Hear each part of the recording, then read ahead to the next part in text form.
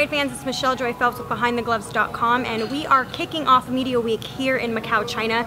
And to kick things off, and we've already had a little bit of drama go down, as some of you guys have probably already heard, there was a bit of an altercation between Freddie Roach and Ariza, as well as some words were exchanged between Robert Garcia. So I got Freddie's perspective today.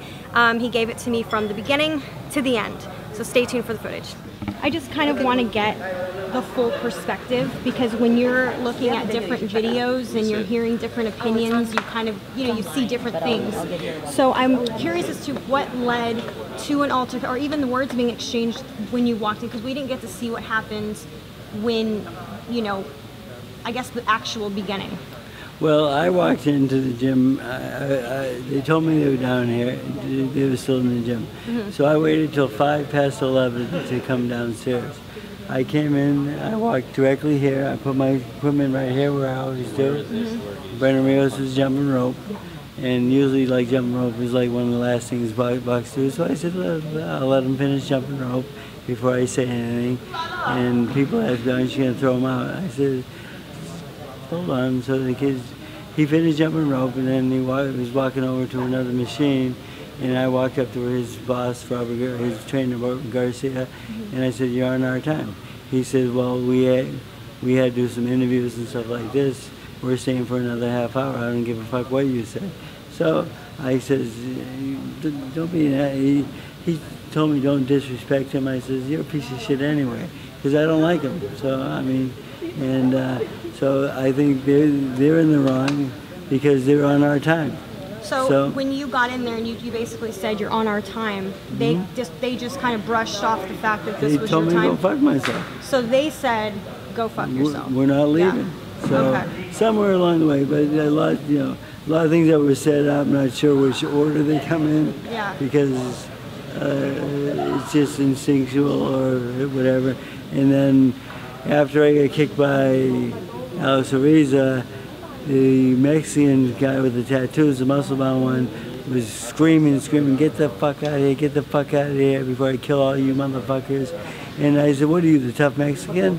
Like, so I know he's the bodyguard. So, and then he swung at me, so I'm told, but I never saw the swing. So, but everyone tells me he tried to swing at me. And then Sally Yappak gets this camera out and starts filming, and I forgot his name, and I know he's a Jewish kid, so I could, that's the Jewish kid with the camera. And so now they're trying to make it racist because, but they don't care about the Mexican comments so much. Everyone's worried about the Jewish comments so much. But the thing is, I've trained Jewish fighters in my life. I have Jewish friends everywhere. My accountant's Jewish, and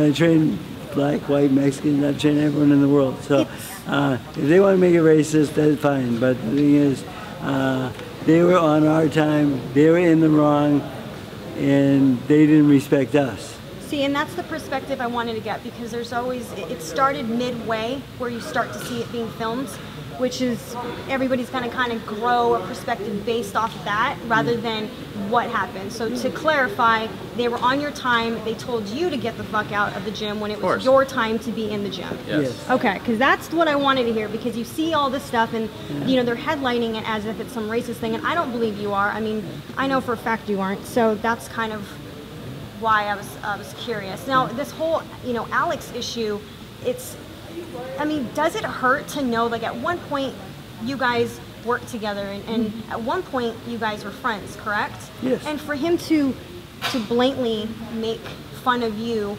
and obviously a disease that's you can't control. Right. I mean, how does that feel? Well, it's just like, it shows what kind of person he is, to be honest with you. He's a bad guy. That's why he got fired. That's why he's been fired 7 times since I met him. I mean, 7 times. Some, Amir Khan. 7 different camps. Amir Khan fired him. Chavez fired him. I fired him. Manny fired him. Marquez fired him back before I met him. The fighter who died in a motorcycle accident. Linares fired him. So like, is this just a trend, or is this like, I mean, let's say he's just a bad guy, you know. The thing is, if you talk to somebody that knows sports medicine or strength and conditioning, he's